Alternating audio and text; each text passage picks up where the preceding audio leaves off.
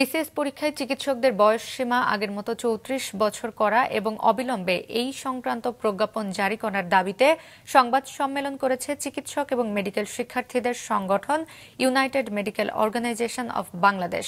সকালে জাতীয় প্রেস ক্লাবে অনুষ্ঠানে অংশগ্রহণকারী ডাক্তাররা বলেন, বিসিএস এ সবার বয়স বাড়লেও বাড়েনি ডাক্তারদের।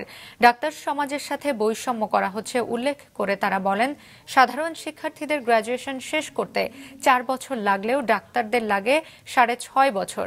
সেক্ষেত্রে সময় মতো ডাক্তাররা বিসিএস পরীক্ষায় অংশ নিতে পারে না।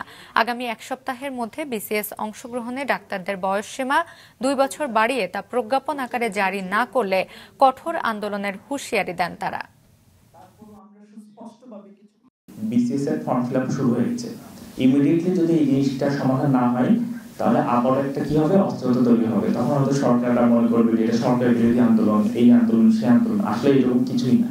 এই জন্য আমরা আপনাদের মাধ্যমে অনুরোধ করছি যে দায়িত্বশীল ব্যক্তিবর্গ যারা আছেন, সরকারে যারা আছেন, তারা আমাদের দাবিটি পূরণ করে মানুষকে সেবা দেওয়ার সুযোগ দিবেন।